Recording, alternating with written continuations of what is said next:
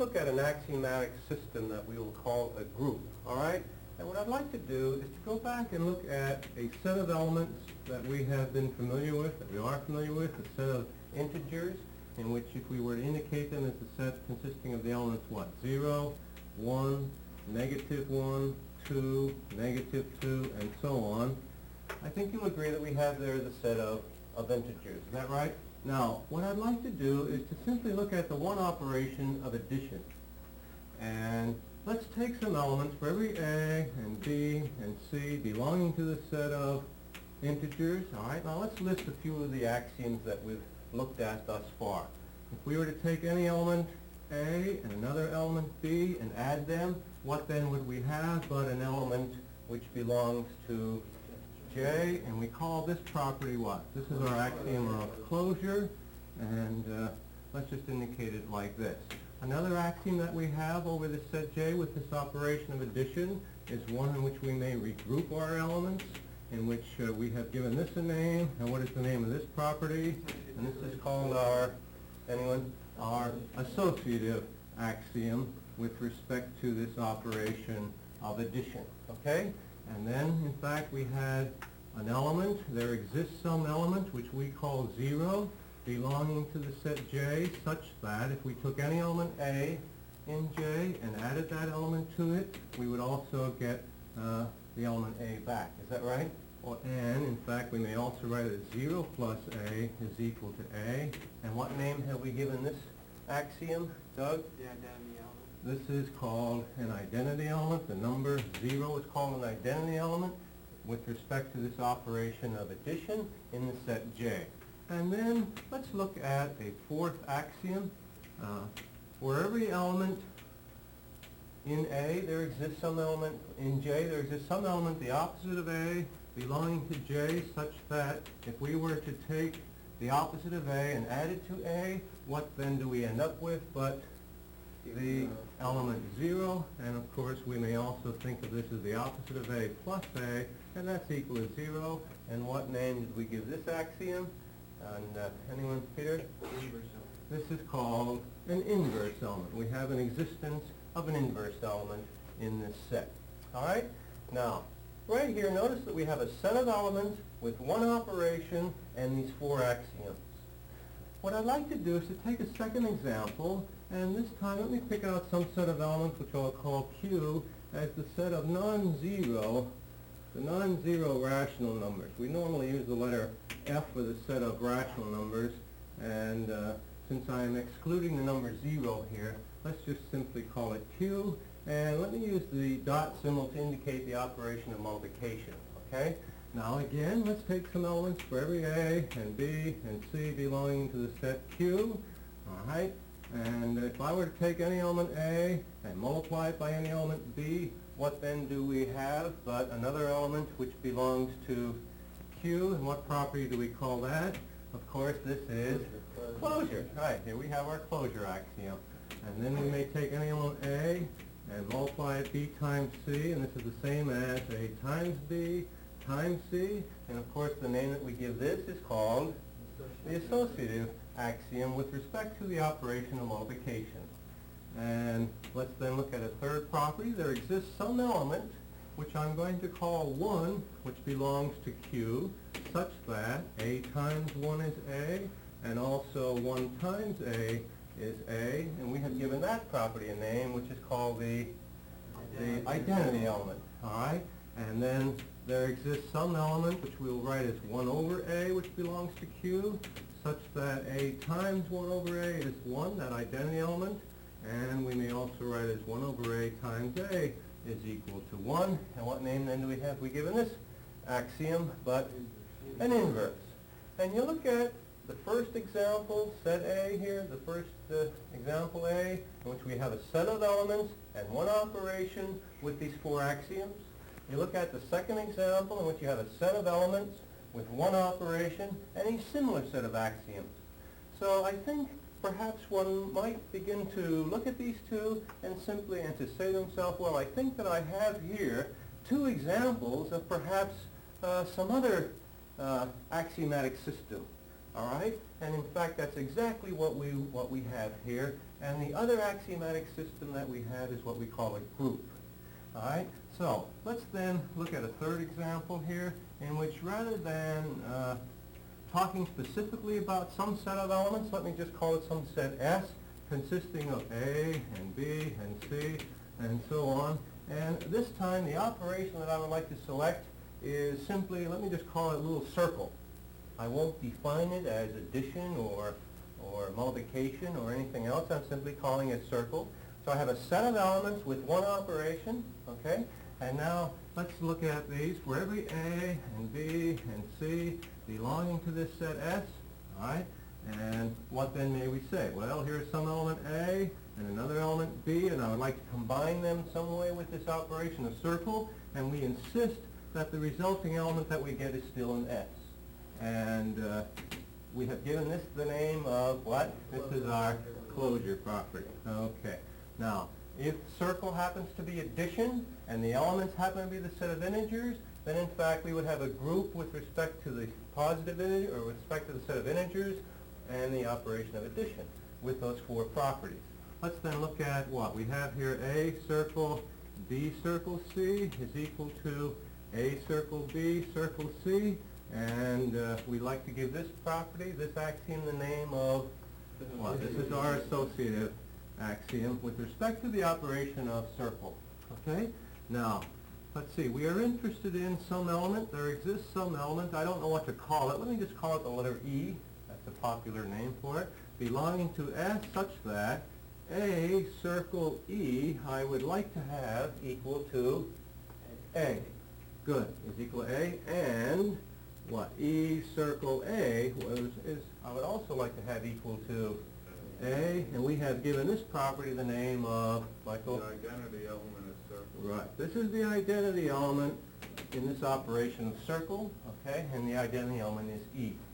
And then finally, we would like to have some element. Let me write it using a symbolism that looks simply like A to the negative 1 power, which I'll call an inverse element, okay?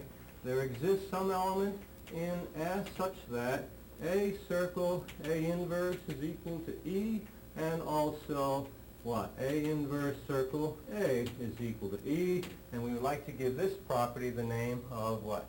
An existence of an inverse element. All right? Now, let me repeat. We have here an example, a more general situation from the first two examples that we have selected, in which we have a set of elements and one operation with four axioms. Okay? So, for our purpose then, a group is the name given to this axiomatic system. And so someone asks you, well, what's a group?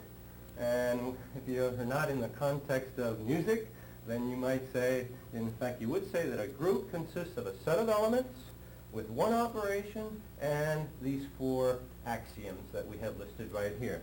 You have closure, you have an associative axiom, there exists an identity element, and for each element A there exists an inverse element. And when you have these characteristics, these four axioms, for some set with an operation, then you have an axiomatic system that we call a group. Okay? Now notice that in this set of axioms, we do not have commutativity. And in fact, if I were to list, let me call this B, and number 5, if I were to list A circle B is equal to B circle A as one of the axioms, then, which we know this as our commutative axiom, is that right? We then call this a commutative group. C-O-M-U-T-A-T-I-V-E. A commutative, and there's another word, A-B-E-L-I-A-N, from a man by the name of Abel, who gave us some of these ideas of groups, in which we may call this a commutative group or an abelian group if it also has this fifth property, okay?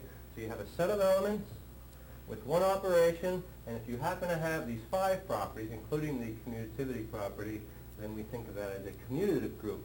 But normally we do not include the commutative axiom as one of our axioms, one of our assumptions for a group. Okay? Well, just as we have been proving theorems, for example, in our set of real numbers, let's see if we can't prove a theorem which I think you will recognize. Let's say that we have for every A and B and C belonging to the set S. All right, now let's see what we may say. If A circle C is equal to B circle C, or in fact let's also include C circle A is equal to C circle B, then what is your conclusion that you would like to come to? And Dick? Equals B. A is equal to B. And what does this theorem look like? What does it resemble? We've already proved two of them, Glenn. Cancellation property. This looks like a cancellation property, okay? A cancellation property. And now it's with respect to the operation of circle, okay? And in fact, if we can prove it here, the idea is that if this system that we are developing here is more general than our real number system, all right, then if we can prove a theorem here, then all you have to do is to say, well, let me substitute for circle the operation of addition, and let me substitute for my set of elements, say the set of real numbers, and then I have a theorem which holds true in the set of real numbers for the operation of addition. You've already proved it. You see, so you prove one theorem once, sort of a super theorem idea, once, and then you just substitute whatever example that you want, and indeed it holds true. Okay? And so it's a more general concept than that of simply the real number. Well, let's see if we can't prove this. Here's our proof in which we will have our statement, and then the reason for that statement, and let's see how it will go. Well, let's take an element A. Oh, let's just prove one half of it, okay? Perhaps we should look at if A circle C is equal to B circle C, then A is equal to B. And I think we can do the other half. Notice we're not we're not going to rely on commutativity here, and we simply have the four axioms, and I think simply by starting from scratch and doing it all over again, I think we can just as well prove the second half of it. So let's just do the first half. Let's see now. I think for any element A and C, A circle C, I think you'll agree with me belongs to S, and in fact, let's have that element C, and its inverse must also belong to S. Is that right? From our one of our axioms here, and of course the reason for this is what? For the two statements is that of closure. Okay, we may have closure certainly. Now, let's see how we may write this. Let's look at, say, A circle C, all right, and then circle that with C inverse. All right, now, again, right here, give me another name for A circle C, which is part of our assumption. Perhaps I should have written that first at step number 2. Give me another name for A circle C that's given to us here, Doug. In which we have, you see, if A circle C is equal to B circle C, so then let's just make that substitution of B circle C as a name for A circle C, circle C inverse, all right? And our reason for this, of course, is substitution. Notice we do have some of our other properties that we still have true, even though I haven't written them down here. Well, looking at this, what would you like to do? One word. Michael. Use the associative property. A circle, C inverse is the same as B circle, C inverse, is that right? In which you say that this is our associative axiom, and then let's see now, here we have what? Another name for C circle C inverse is E. Good. So there we have A circle E, and on the right-hand side we have a name for, Don? B circle E, and our reason for this is the existence of this inverse. All right, we have inverse. We may use the word inverse there to indicate that's our reason. And of course, as soon as we have that, therefore our conclusion is that A is equal to B, and our reason for this is, Doug? The existence of an identity element, okay? And are we done? Have we proved what we wanted to prove? Yes, that's exactly what we would like to prove, okay? Let's look at another theorem that I think we can prove. And let's come up here. Let me just simply call it a theorem in which we have for every element A and B belonging to the set S. Notice again the set S is any set of elements, all right? Let's see how we may proceed. A circle B inverse, all right? Inverse of A circle B. And this perhaps is a little startling, but if one thought about it a little bit, I think you'll agree that it has to be B inverse circle A inverse. All right, A circle B inverse is equal to B inverse circle A inverse. And the reason I'm doing this is because we do not have commutativity necessarily, and in fact with respect to the set of axioms that we just have these four, so there is no commutativity in here. And in fact you would like to say, I think perhaps your first impression would be that A circle B inverse is equal to A inverse circle B inverse, but in fact it's B inverse circle A inverse. And here's a case where commutativity is not true. Well, let's go through the proof of this, in which here is our statement and our reason for that statement. Now, let's start out with, suppose we had A circle B inverse, and then we're to take the operation of circle, and let's write A circle B. And what then do we know that this must be equal to? X inverse circle X must be equal to, is equal to E, and the reason for this, of course, is what? Inverse, the existence of an inverse, all right? In fact, this theorem is similar to one that we have proved once before. Now, let's look at the right-hand side. Namely, there we have B inverse circle A inverse, okay? And now let's take this circle and let's now substitute A circle B. That is, let's just also think of it as A circle B. Now, if we can show that this is equal to what? If we can show that this is equal to E, then what's your conclusion about the left side of step 1 and the left side of step 2? They must be equal. And if we can set those equal to each other, then in one step, what would be the next step? In one word, the cancellation property will then enable us to conclude that this is equal to this. Is that right? Okay. So that's indeed the idea of the proof. And let's see if we can't do it. And you look at it and you say to yourself, by golly, the fact that these two elements are next to each other, I may use what property now in my next step? The associative property. So let's do so. There's B inverse circle, and right in here we will regroup and write that as A inverse circle A, circle B, okay? And now right here, another name, this is of course the word, our reason for that is the associative axiom. Another name for A inverse circle A is E, so let's then regroup there, and there's E, and let's include this in parentheses, circle B. Notice this is a binary operation, and what's our reason to go from here to here? That's the existence of the inverse. I think we still have simply an inverse, okay, is equal to, and now B inverse circle E is B inverse, and we have there B inverse circle B, and our reason for this is the identity element, the fact that we have an identity element there. And of course, B inverse circle B is E, and our reason for this is an inverse. And sure enough, we have shown that this is equal to this. Let me number these steps 3 and 4 and 5. Now, finally, therefore, in step 6, we can say what? Well, let's write the first line there, the left side of it, A circle B inverse. All right, circle, and here we have A circle B, therefore must be equal to this side here, which is what?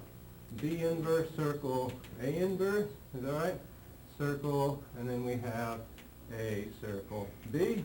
Lots of brackets and things in here. What would be our reason for this? Transitivity, all right? And notice this is with respect to equality, which is still true. And finally, in step 7, what then is our conclusion? But what? Here we have A circle B inverse is equal to, and what then do we have? B inverse circle A inverse. And is that what we wanted to prove? Yes. And our reason for this is what? Cancellation, the one that we have just proven. Okay? And this gives you an idea of how one can generalize theorems in mathematics. All right? And later on we'll do a little bit more of this with respect to some other system. I think that's all that we should do today. So let me give you your assignment. This will be assignment number 8.